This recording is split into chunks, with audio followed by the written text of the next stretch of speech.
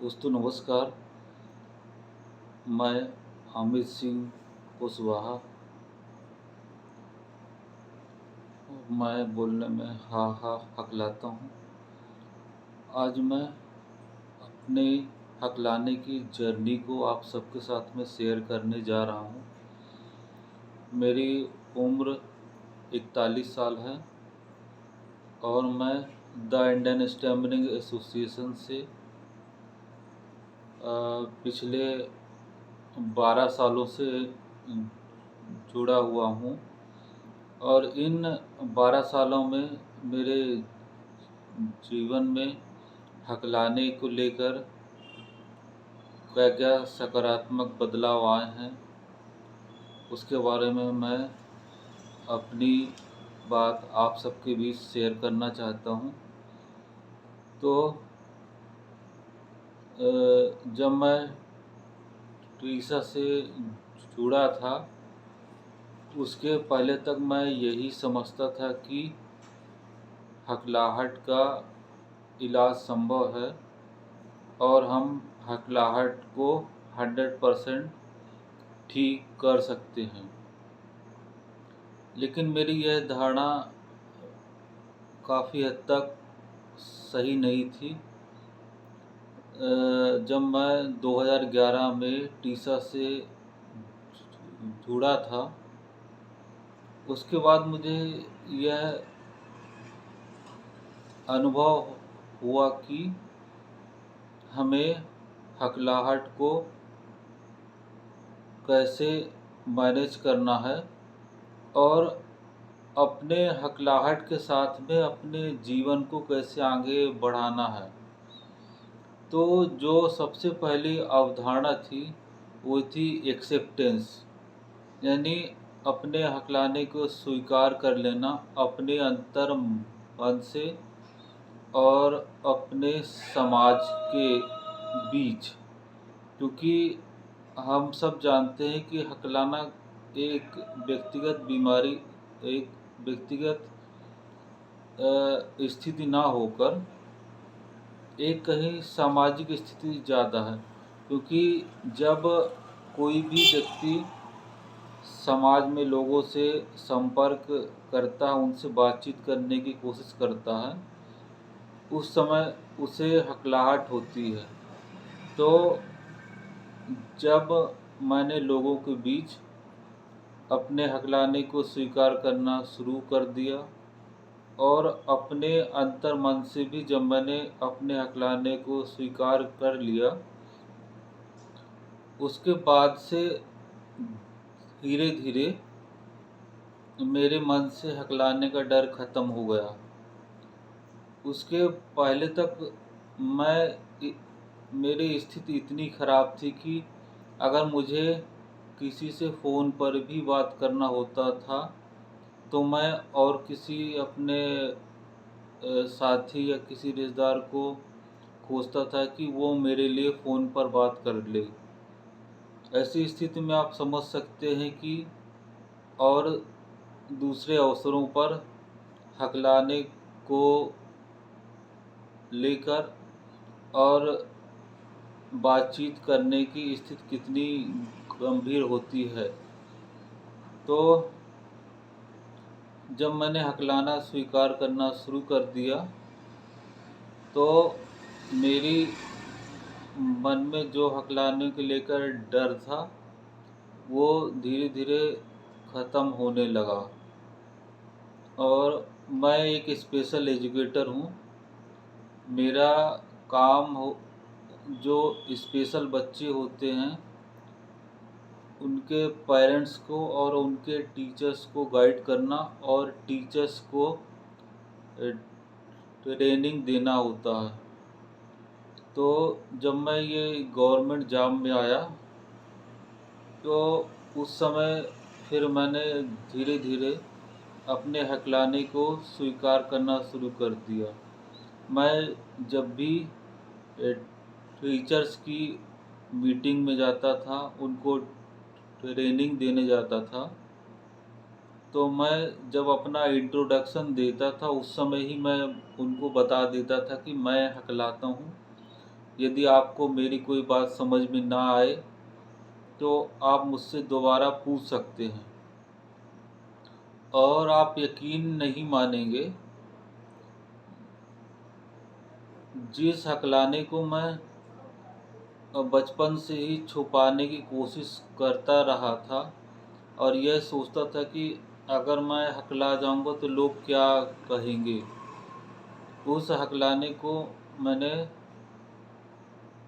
सभी लोगों के सामने स्वीकार करना शुरू कर दिया।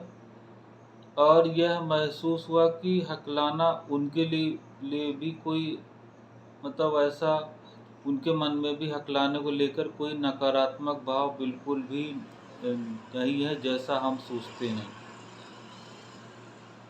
इसमें असल में क्या होता है कि हम क्योंकि अपनी बात अपनी हकलाने को छुपाने की कोशिश करते रहते हैं, तो इसलिए वो सामने वाले व्यक्ति या समाज ये समझ नहीं पाता कि हम क्यों हकलाते हैं। और जब हम अपनी बातों को समाज के बीच बताते हैं तो उससे उनके मन में भी हमारे प्रति एक सकारात्मक अ, अ, धारणा का विकास होता है और वो भी हमारी मदद करने के लिए आगे आते हैं। तो हमें इस डर को अपने मन से बिल्कुल भी निकाल देना है कि अगर हम हकलाएंगे तो लोग क्या सोचेंगे।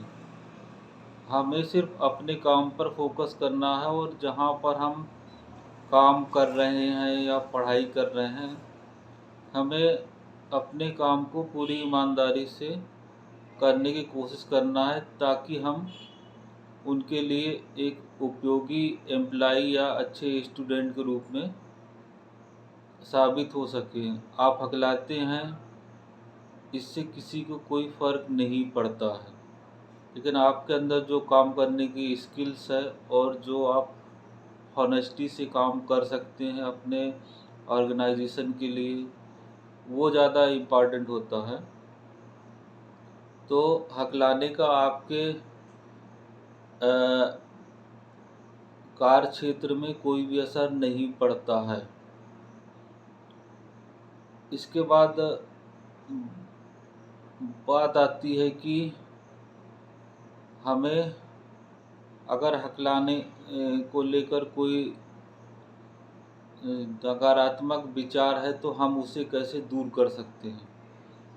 तो इसके लिए सबसे अच्छा यही रास्ता है कि हम अपने मन से इस धारणा को बिल्कुल भी निकाल दें कि हकलाना हमारे लिए कोई समस्या है।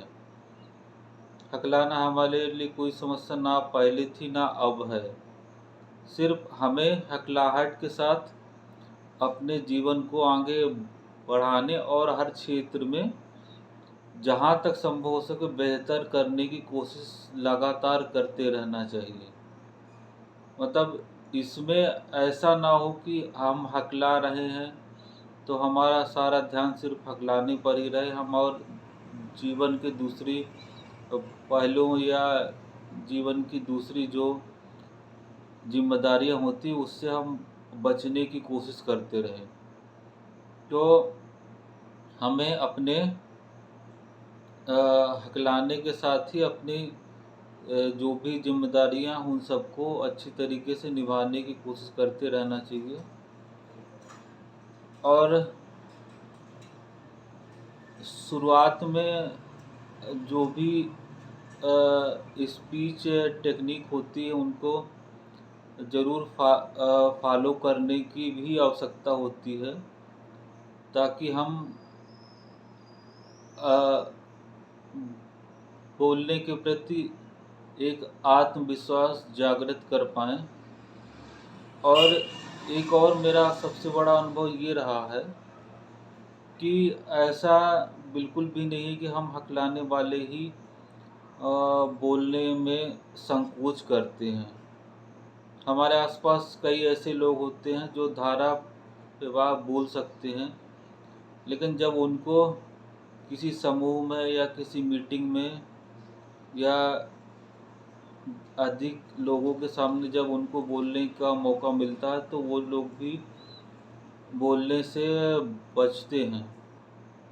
तो मैंने जब टीसा से जॉइन करने के बाद मैंने यह भी सीखा कि सामान्य बोलचाल के या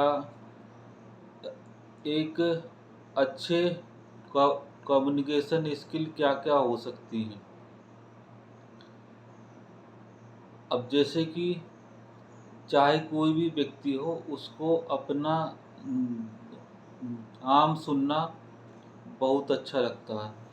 तो आप जब भी किसी से कम्युनिकेट करते हैं तो बीच बीच में उसका नाम ज़रूर बोलते रहना एक अच्छा संकेत है कम्युनिकेशन के लिए। इसके साथ ही अनावश्यक किसी को बीच में बोलते समय रोकने की कोशिश नहीं करनी चाहिए, और जब भी आपकी बारी आती है उस समय ही बोलना चाहिए। और इसके अलावा दूसरों की बात को ध्यान से सुनना और दूसरे लोगों को बोलने का मौका प्रदान करना, ये सारी चीज़ें भी हमें एक अच्छा संचारकर्ता बनाने की दिशा में आगे ले जाती हैं। तो इस तरह इन छोटी छोटी बातों का ध्यान में रखते हुए हम एक अच्छे तरीके से कम्युनिकेशन कर सकते हैं। मैं आज ये दावा नहीं करता हूँ कि मेरा हकलाना ठीक हो गया है, मैं 100% क्योर हो चुका हूँ। मैं आज भी हकलाता हूँ, लेकिन मैं जहाँ भी लोगों से बातचीत करने की आवश्यकता होती है वहाँ सही तरीके से अपना संदेश पहुँचा पाता हूँ। और मैं अपने खुद से संतुष्ट हूँ कि मैं अपने कार्य क्षेत्र में या कार्य क्षेत्र से बाहर जहाँ कहीं भी मुझे अनजान लोगों से बातचीत करने की या फ़ोन पर बात करने की या कहीं भी जाने की आवश्यकता होती है, मैं खुद वो सब कार्य कर पाता हूँ। इसलिए हकलाना आज के समय में मेरे लिए कोई बर्डन बिल्कुल भी नहीं है। तो मैं आप सबसे यही अनुरोध करूँगा कि हकलाने को लेकर अपने मन में जो भी नकारात्मक सोच है उससे आप बाहर आने की कोशिश करें, और आप सिर्फ इस सोच के साथ आगे बढ़ें कि आपको अपने हकलाने के साथ अपने जीवन को आगे बढ़ाना है। उसके बाद आप अपने जीवन में बहुत ही चमत्कारिक बदलाव देखेंगे कि आप जो सामान्य धारा प्रवाह बोलने वाले लोग हैं उनसे कहीं ज़्यादा बेहतर तरीके से कम्युनिकेट कर पा रहे हैं। और अपने मन से यह धारणा बिल्कुल भी निकाल देना चाहिए कि धारा प्रवाह बोलना ही सफलता की सीढ़ी है। आप अगर धारा प्रवाह नहीं बोल पाते हैं तो भी आप एक अच्छे संचारकर्ता बनकर अपने जीवन में हर क्षेत्र में सफल हो सकते हैं। Okay, thank you.